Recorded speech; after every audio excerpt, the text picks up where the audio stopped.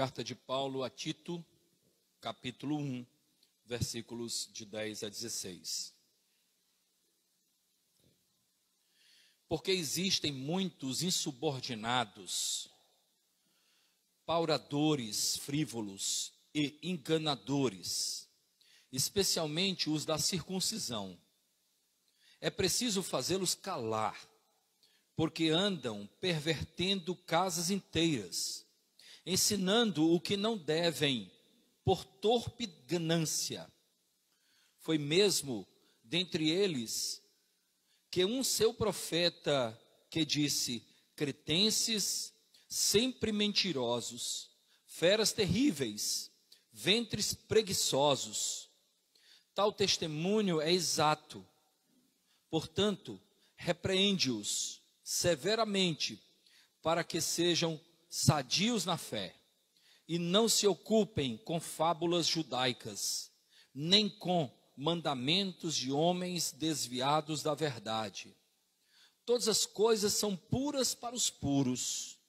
Todavia, para os impuros e descrentes, nada é puro, porque tanto a mente como a consciência deles estão corrompidas. No tocante a Deus, professam conhecê-lo, entretanto, o negam por suas obras. É por isso que são abomináveis, desobedientes e reprovados para toda boa obra. Amém. Amém. Permaneçam com a Bíblia aberta, irmãos, e vamos observar a palavra de Deus.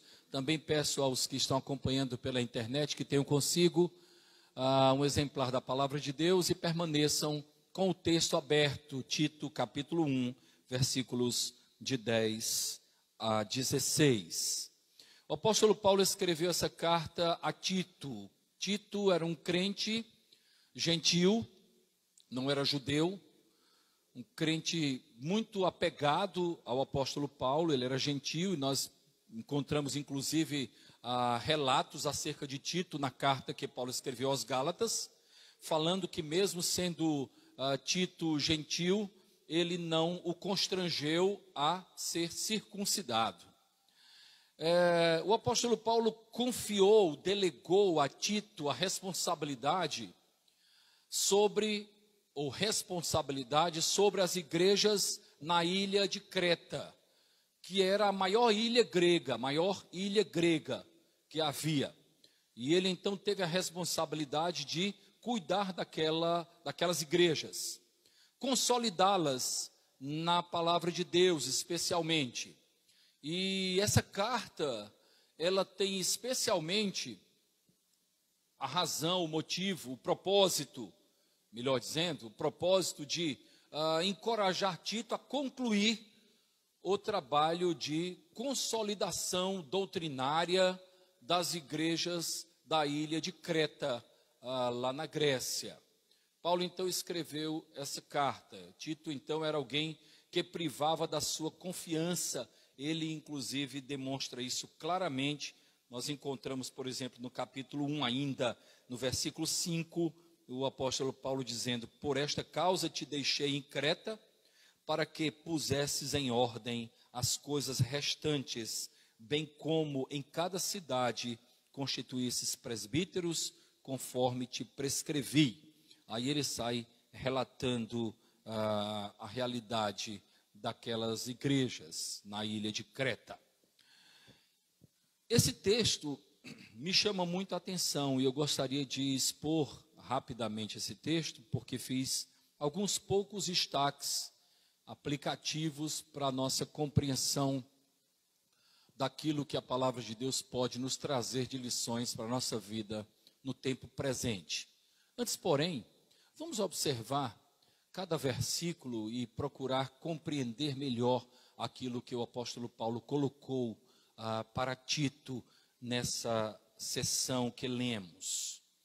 Paulo então diz: porque existem muitos insubordinados, pauradores frívolos e enganadores, especialmente os da circuncisão.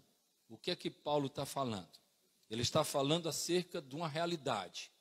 Existem muitos que são insubordinados. Insubordinados a quê? Ao ensino da palavra. À palavra. Nós até falávamos agora há pouco na classe de discipulado, tá? Que o tipo de insubordinação que me inquieta não é a minha pessoa, e sim a palavra.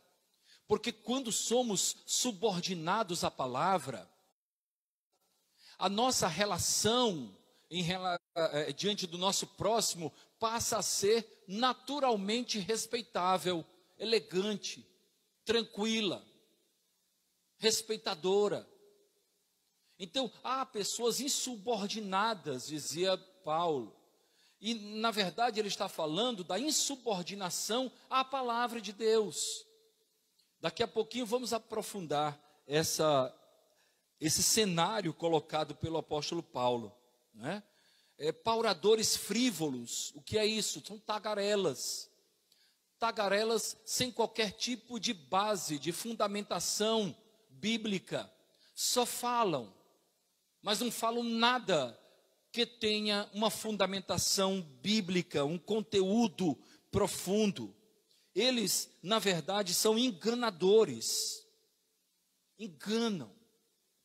Nós temos uma realidade muito semelhante. Na hora dos destaques nós vamos falar a respeito disso. Nós temos ou vivemos uma realidade muito parecida com a realidade vivida pelos irmãos lá da ilha de Creta. E ele termina dizendo, especialmente os da circuncisão, religiosos, aqueles que defendem a religião acima de tudo. Ele continua ainda, versículo 11, é preciso fazê-los calar, porque andam pervertendo casas inteiras, ensinando o que não devem, por torpe ganância. É preciso combater. Também vamos falar aqui a maneira como devemos combater aqueles que conspiram contra o evangelho da graça, não é? Eles então não fazem com a intenção pura, as motivações não são puras, são motivações gananciosas, fazem por ganância. Quem sabe agiam de uma maneira pragmática, simplesmente para encher, não para que houvesse transformação de vidas para Deus, não é? E é interessante essa ideia, porque Deus não espera que nós façamos o que dá certo. Deus espera que nós façamos o certo. Fazer o certo é diferente de fazer o que dá certo diante dos homens. Fazer o que dá certo diante dos homens, muitas vezes, é um mero pragmatismo. São modelos criativos, né, para encher auditórios, que não corresponde ao que é certo. Um colega mandou uma mensagem para mim essa semana de uma das frases, né? Às vezes eu faço umas também com a ajuda da Bianca, e ele colocou assim, a palavra mais amorosa que eu vi Jesus falar foi a seguinte, se você não crê em mim, você vai para o inferno. Essa foi a palavra mais amorosa que aquele meu colega viu em Jesus Cristo. Se você não crê em mim, você vai para o inferno. Isso eu falo por amor. Então, fazer o que é certo é diferente de fazer o que dá certo. Então, o que Paulo está falando é que aqueles enganadores, tá? Eles estavam fazendo aquilo que dá certo, para enganar, por torpe ganância. E, na verdade, irmãos, fazer aquilo que enche, que dá ibope, que dá, sabe, às vezes é simplesmente motivado pela ganância, pela soberba, pelo desejo de poder, pelo desejo de estar com as luzes em cima daquele que está à frente. Mas o texto continua, versículo 12. Foi mesmo dentre eles um profeta que disse, cretenses sempre mentirosos, feras terríveis, ventres preguiçosos. O apóstolo Paulo estava se referindo a Pimênides, que era um filósofo cretense dos tempos antigos, que era muito respeitado por eles. Ele então fez uso de uma colocação de um filósofo dentre eles, para que eles compreendessem que eles já tinham essa característica. Então dentro de vocês, houve um profeta, não é? Alguém que já falava da seguinte forma: cretenses, sempre mentirosos, feras terríveis, ventres preguiçosos. Tal testemunho é exato, é isso mesmo, Paulo diz. Portanto, repreende-os severamente, para que sejam sadios na fé. E eu gosto muito dessa colocação do apóstolo Paulo, porque ele não diz repreende-os e expulse-os. Repreende-os para que por meio da repreensão eles possam ter saúde espiritual.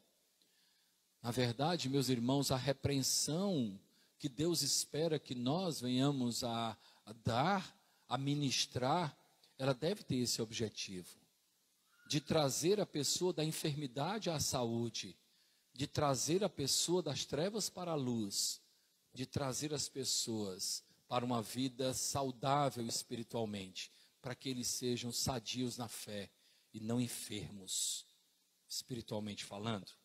Continuando, ele fala da seguinte forma: e não se ocupem com fábulas, ele diz, para que sejam sadios na fé, né?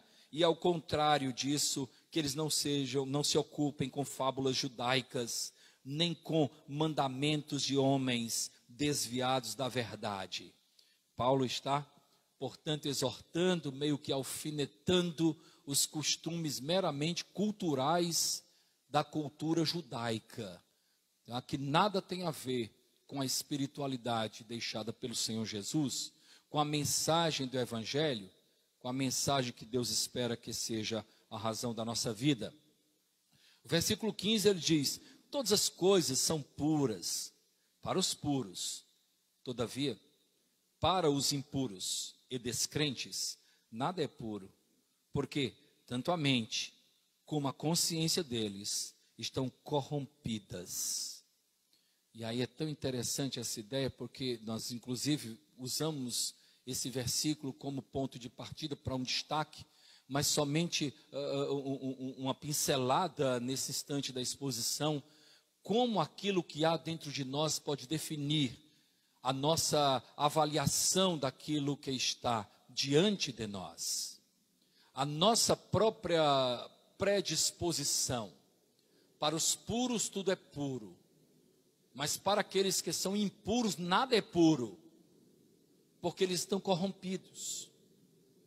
Então um coração impuro vê tudo com uma certa impureza, não vê nada como sendo legítimo, bondoso, manifestação do amor e do cuidado de Deus. Vê de alguma forma como se diz por aí, não é? Com o pé atrás. E o último versículo, versículo 16. No tocante a Deus, professam conhecê-lo, entretanto, o negam por suas obras. É por isso que são abomináveis, desobedientes e reprovados para toda boa obra. Paulo então diz assim: aquilo que eles falam é muito diferente daquilo que eles vivem.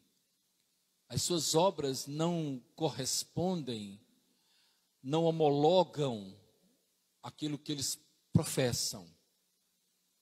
A vida deles, os valores deles, as obras deles, nada tem a ver com aquilo que eles professam. Não legitimam aquilo que eles dizem crer. É disso que o apóstolo Paulo está falando. Eu gostaria de trazer alguns destaques desses versículos que foram lidos. O primeiro, irmãos, a realidade que Tito enfrentava fazia com que o apóstolo Paulo sentisse o desejo de prepará-lo para esse grande desafio. Paulo então faz questão de apresentar o cenário que Tito iria enfrentar. Estava enfrentando. Estava diante dele então um cenário que ele teria que vivenciar. Que cenário era esse? Primeiro, o cenário da insubordinação. Esse cenário também é vivenciado nos dias de hoje. Como nós nos encontramos com pessoas que são insubordinadas àquilo que a palavra de Deus diz. Essas pessoas, tantas vezes, nem militam em debates em relação à palavra de Deus, mas agem como se ela não trouxesse qualquer tipo de autoridade sobre a sua conduta. Isso é insubordinação. Quando eu vejo claramente aquilo que Deus espera de mim, e ainda assim eu opto por ter uma vida dissociada daquilo que a palavra de Deus diz para a minha vida, isso é insubordinação. Eu estou sendo insubordinado àquilo que Deus deixou para mim. Então é essa a realidade. Eles são insubordinados. Eles não procuram saber exatamente o que Deus espera deles. E ao saberem, não dão a atenção devida. Eles também são pauradores frívolos. São tagarelas sem conteúdo.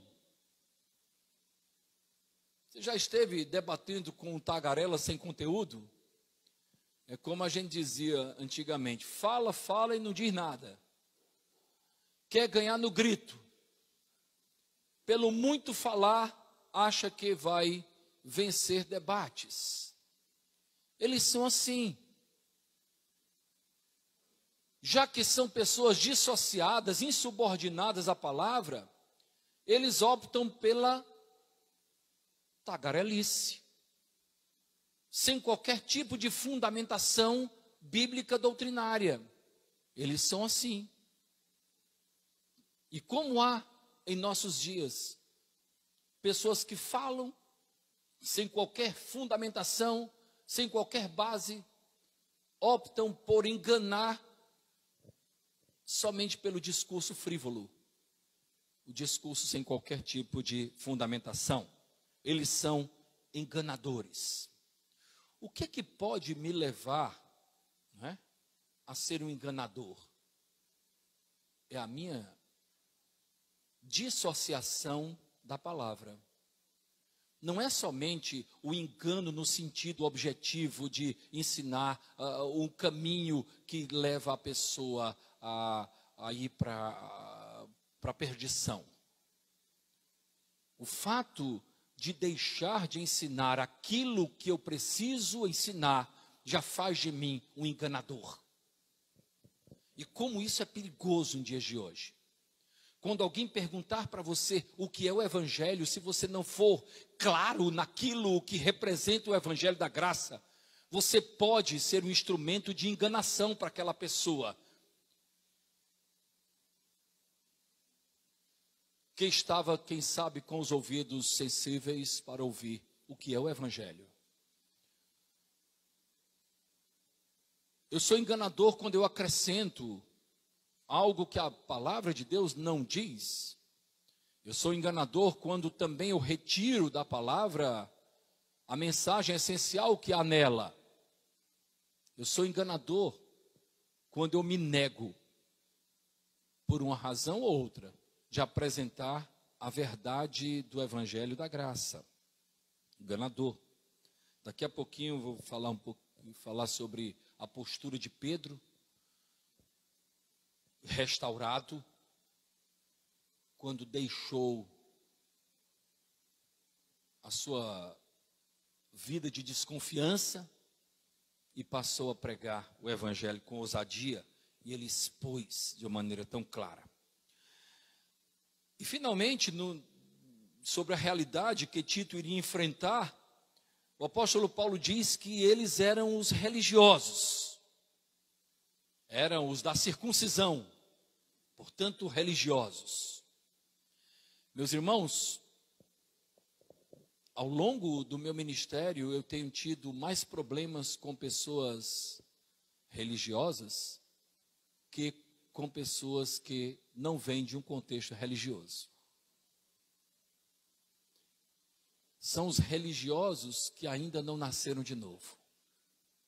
São os religiosos insubordinados à palavra.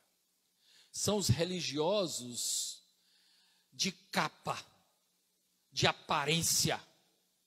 A eles o Senhor Jesus Cristo se referiu como sendo sepulcros caiados, por fora pintado com cal, bonitinho, e por dentro só coisas sem vida. Religiosos. Ah, porque eu sou religioso, eu venho de outras igrejas e já rodei, já isso, já aquilo outro. Nasceu de novo. Os da circuncisão mereceram destaque por parte do apóstolo Paulo. Ele diz, especialmente os da circuncisão, especialmente os religiosos, especialmente os sepulcros caiados, especialmente aqueles que naquele dia dirão, em teu nome, Jesus, pregamos, profetizamos, especialmente aqueles que ouvirão de Jesus, não vos conheço, apartai-vos de mim, todos vós que praticais a iniquidade, especialmente os da circuncisão.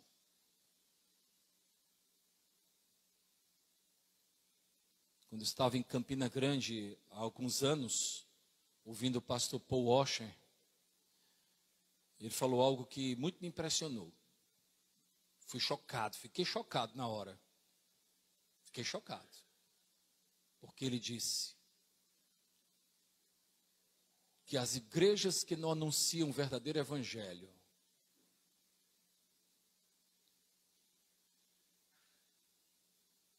são mais prejudiciais que os bares e boates.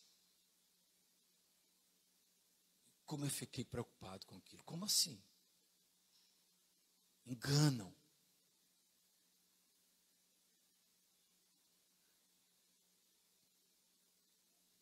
Especialmente os da circuncisão. Um segundo destaque, irmãos.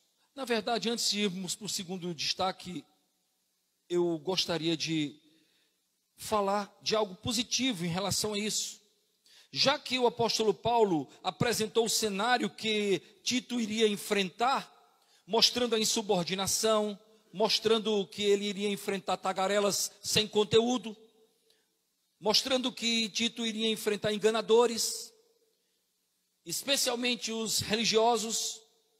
Eu também passei a pensar daquilo que Deus espera de nós, em contraste a isso que Tito iria enfrentar na ilha de Creta. Em contraste a isso, Deus espera que nós sejamos como? Primeiramente, subordinados ao ensino, subordinados à doutrina, subordinados à palavra, que a palavra de Deus possa de fato trabalhar a nossa vida. Afinal de contas, ela tem um trabalho, um exercício, uma ação primária para a nossa conversão. A fé vem pelo ouvir, e ouvir a palavra de Deus. A palavra de Deus também tem um efeito contínuo na nossa vida, dentro do processo da santificação, que é o nosso segundo tempo da salvação. Santifica-os na verdade, é a tua palavra que é a verdade. A palavra de Deus também nos aponta para uma eternidade de esperança com Deus. É ela que nos ensina que de fato o Senhor preparou lugar para aqueles que creem, para aqueles que o amam. É nela que nós encontramos que há um lugar que nem olhos viram, nem ouvidos ouviram, nem jamais sondou ao coração do homem. Aquele lugar que foi preparado por Deus para aqueles que o amam. É pela palavra, portanto, que nós somos despertados a ter fé. É pela palavra que somos santificados, e eu gosto muito da ideia de santificação como sendo os passos que nos identificam com o nosso mestre, que é o Senhor Jesus. E é pela palavra que o nosso coração vive cheio de esperança. Não vivemos aí à toa, boiando neste mundo. Nós sabemos que amanhã, no futuro, aqui ou no além, estaremos com Deus.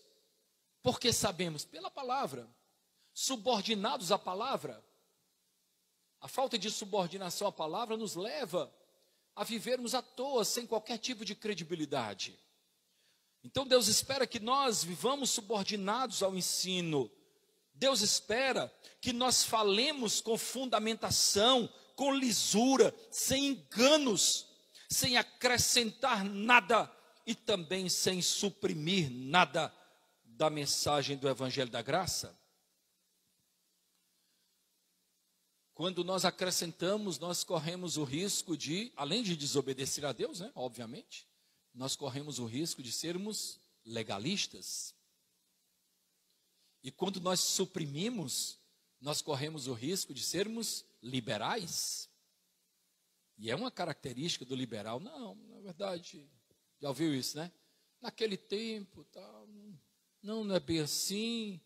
Esse texto aqui é melhor deixar de lado. Não. É toda a palavra que precisa ser considerada. Com lisura, sem engano. Não engane o seu filho, não engane a sua família, não engane aqueles que você ama. Fala e não te cales.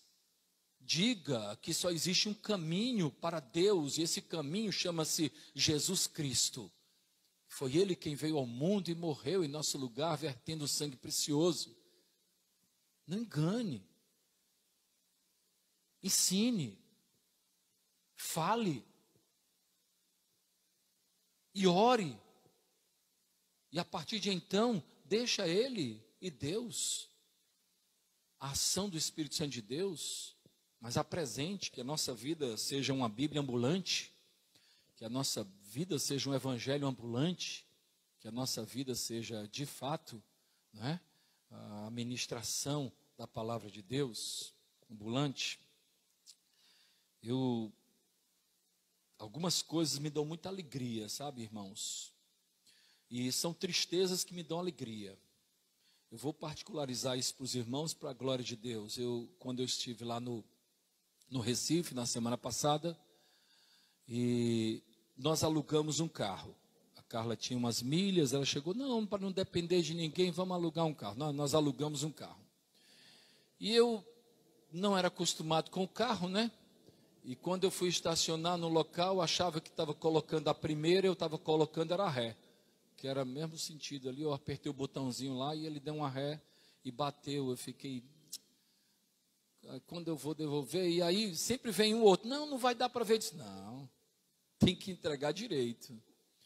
E no outro dia, acordei cedo, antes procurei na internet um martelinho de ouro. Tinha um próximo na casa da minha mãe. Aí eu fui. Eu disse, olha, eu quero que você deixe...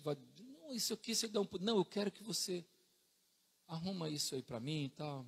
Agora arruma logo, porque eu quero passar, ver o meu neto, quero brincar um pouquinho com ele.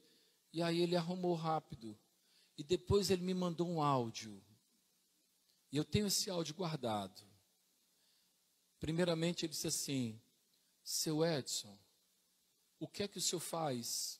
Qual é a sua ocupação? Eu falei, eu sou pastor há 30 anos. E ele disse, eu já sabia, sem o senhor falar. E aquilo me deu tanta alegria. Ele disse assim, a luz de Cristo radiava no seu rosto. Eu disse, Senhor. E eu digo isso de coração, irmãos, não é com glória pessoal, mas é para a glória de Deus. Sabe, como eu disse, olha, eu fiquei chateado, eu gastei R$250 para arrumar lá. Mas isso valeu muito mais para mim. Sabe, nós precisamos buscar. Há inclinações na minha vida que são vergonhosas, irmãos. Eu sei disso, eu luto diariamente contra isso. Mas como é que Deus espera que eu seja? Porque em contraste àquilo que Deus não espera que eu seja, há também uma lista de coisas que Deus espera que eu seja. O Evangelho não é uma relação de nãos. O Evangelho é uma relação de sims. Ele espera que eu, sim, ame a Deus. Sim, ame o meu próximo. Sim, seja fiel. Sim, priorize o reino de Deus. Sim, fale do amor de Deus. Sim, testemunhe do que o Senhor fez por mim. E aí são muitos sims que Deus espera de mim? O evangelho não é uma relação de nãos. Muito mais é uma relação de sims, de desejos de Deus, expectativas. Vocês lembram que quando nós lemos a carta aos Efésios, nós encontramos claramente que Deus nos salvou para as boas obras, para vivermos isso, para transmitirmos a graça do Senhor. Muito bem, um segundo destaque, irmãos, para nós não demorarmos tanto, do versículo 11. Como fazer para calar o falso ensino? Porque há uma recomendação explícita, é preciso fazê-los calar, porque andam pervertendo casas inteiras, ensinando que não devem, por torpe ganância. Como fazer calar o falso ensino? Primeiramente, nós podemos fazer calar o falso ensino pela legitimidade do ensino bíblico anunciado. A verdade, ela é invencível. A verdade é libertadora, o falso ensino é escravizador. Fala, ensina. Não precisa repreender diretamente a pessoa, mas fala da verdade, porque ela em si é muito mais poderosa. Eu falei para os irmãos do apóstolo Paulo, em Atos capítulo 2, a partir do versículo 22, nós encontramos o apóstolo Paulo pregando de uma maneira tão significativa. E ele diz da seguinte forma, não vou ler todo, mas somente uma parte. No capítulo 2, versículo 22, nós encontramos o apóstolo Paulo, não o apóstolo Paulo, o apóstolo Pedro, dizendo: varões israelitas, atendei a estas palavras. Jesus o Nazareno, varão aprovado por Deus diante de vós, com milagres, prodígios e sinais, os quais o próprio Deus realizou por intermédio dele entre vós, como vós mesmos sabeis, sendo este entregue pelo determinado desígnio e presciência de Deus, vós o matastes, crucificando por mãos de iníquos, ao qual, porém, Deus ressuscitou, rompendo os grilhões da morte, porquanto não era possível fosse ele retido por ela, porque a respeito dele, diz Davi, aí começa, e mais na frente, diante da pregação de Pedro, olha o que aconteceu, versículo 37, só para ganhar tempo, você pode ler todo o texto em casa. No versículo 37, olha o que aconteceu quando a verdade é pregada. Ouvindo estas coisas, compungiram-se o coração e perguntaram a Pedro e aos demais apóstolos: que faremos, irmãos? Respondeu-lhe Pedro: arrependei-vos e cada um de vós seja batizado em nome de Jesus Cristo para a remissão dos vossos pecados e recebereis o dom do Espírito Santo. Nós combatemos o falso ensino, meu irmão, pela verdade pregada, pela verdade vivenciada, pela verdade vivida no nosso dia a dia, na nossa casa, na nossa vizinhança, no nosso trabalho. Não há adversários à altura da verdade. Ela é libertadora, é ela que modifica. Não há adversários. Como fazemos para calar o falso ensino? Pela legitimidade do ensino bíblico, testemunhando o efeito do evangelho na vida. Nada é mais prejudicial ao evangelho que o discurso sem vida nova, irmãos. Não existe nada mais prejudicial ao evangelho do que o discurso desprovido de uma vida nova, de um novo nascimento. Nós precisamos então testemunhar de uma maneira clara. Por isso que lá no versículo 16, o apóstolo Paulo combate, não é? Essa falsidade. Ele diz: no tocante a Deus, professam conhecê-lo, entretanto o negam por suas obras. É por isso que são abomináveis, desobedientes e reprovados para toda boa obra. E finalmente, como fazer calar o falso ensino? Pelo anúncio em todas as oportunidades. Anúncio de que nós amamos a Deus sobre todas as coisas. Anúncio de que nós vivemos para a sua glória. Anúncio de que há um caminho para Deus chamado Jesus Cristo. Independente da sua inclinação pelo futebol, ontem a coisa que mais me alegrou naquela transmissão do jogo de futebol foi o testemunho do goleiro do time vencedor. Quando ele disse: Deus é glorificado por tudo que aconteceu. O mundo todo pôde ouvir. Às vezes nós temos dificuldade de falar nos nossos próprios ambientes de trabalho. E ali, ele disse: Deus é glorificado.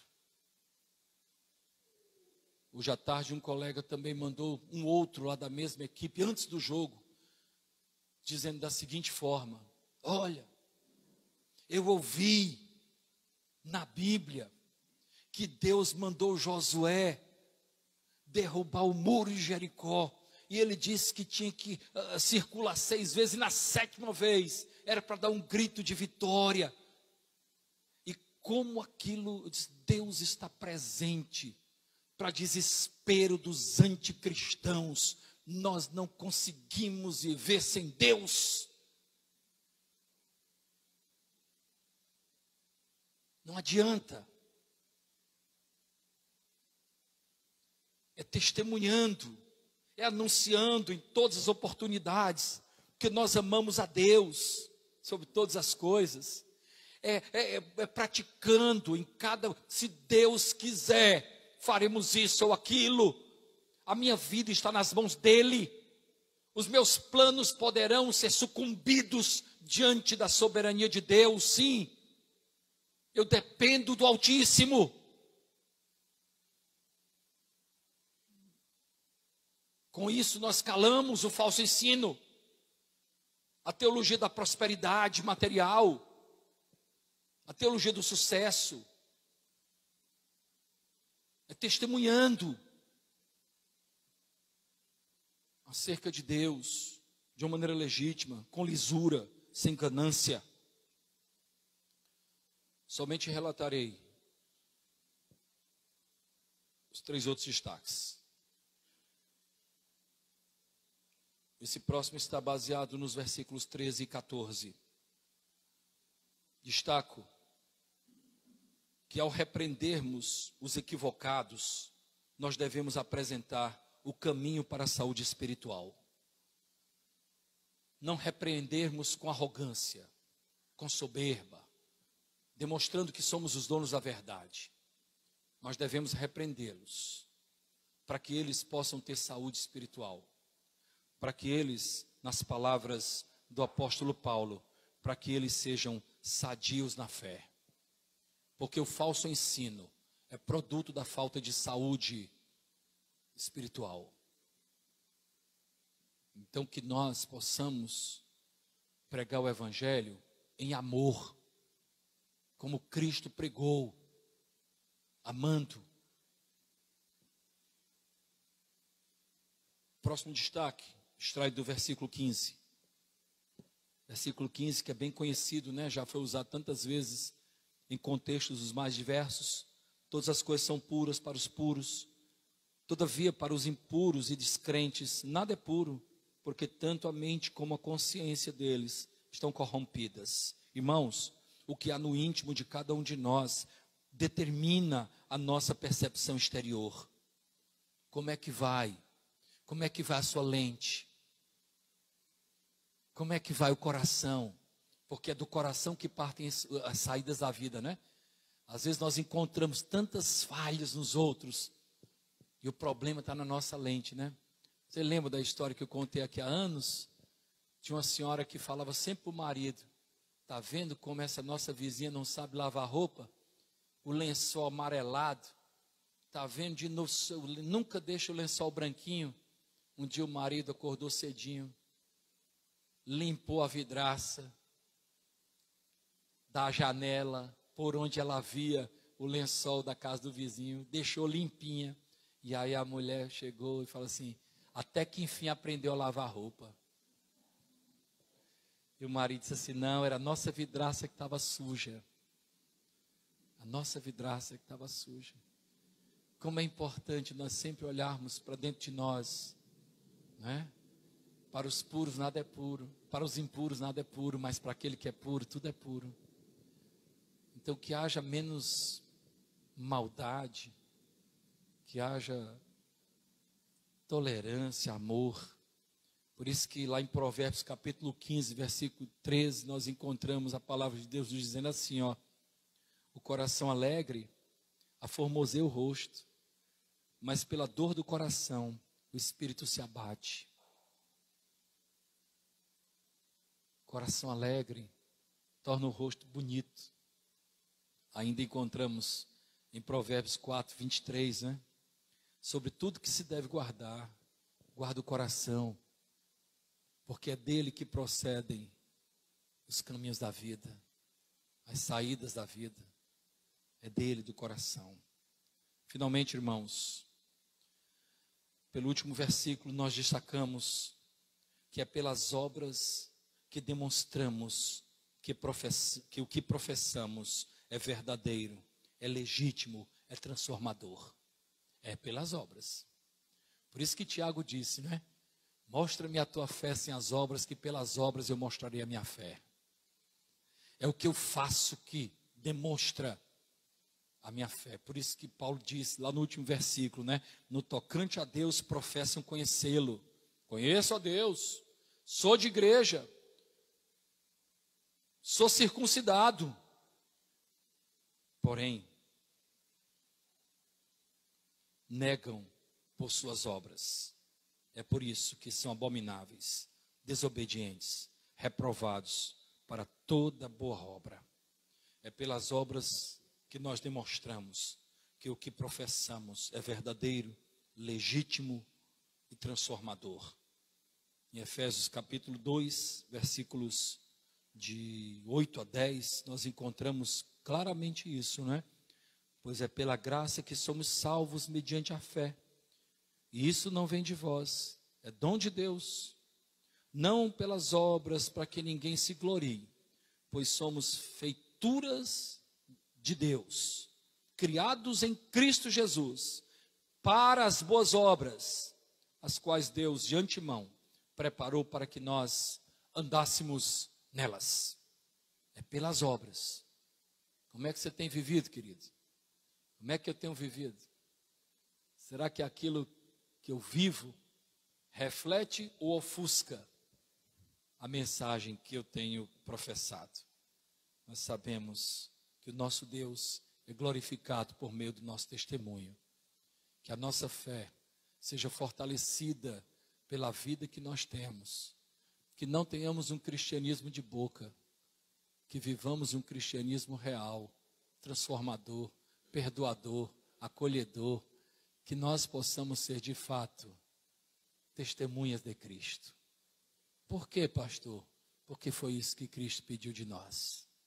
Ser-me-eis testemunhas em Jerusalém, em Samaria, na Judéia e até os confins da terra. Que nós possamos refletir a graça do Senhor Jesus Cristo. Amém? Amém? Vamos orar. Nosso Deus, aplica essa mensagem ao nosso coração, Senhor. Nós estamos diante de desafios, Pai, no mundo que vivemos. E pedimos a Ti que Tu nos abençoes, Pai, para sermos instrumentos nas Tuas mãos. Oramos assim no nome de Cristo.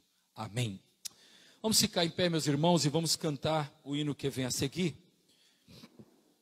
Enquanto estivermos cantando este hino, nós poderemos consagrar ao Senhor parte daquilo que Deus tem nos dado para o sustento da igreja. E poderemos também contribuir para a aquisição da nossa usina de energia solar. Eu só peço que, caso você esteja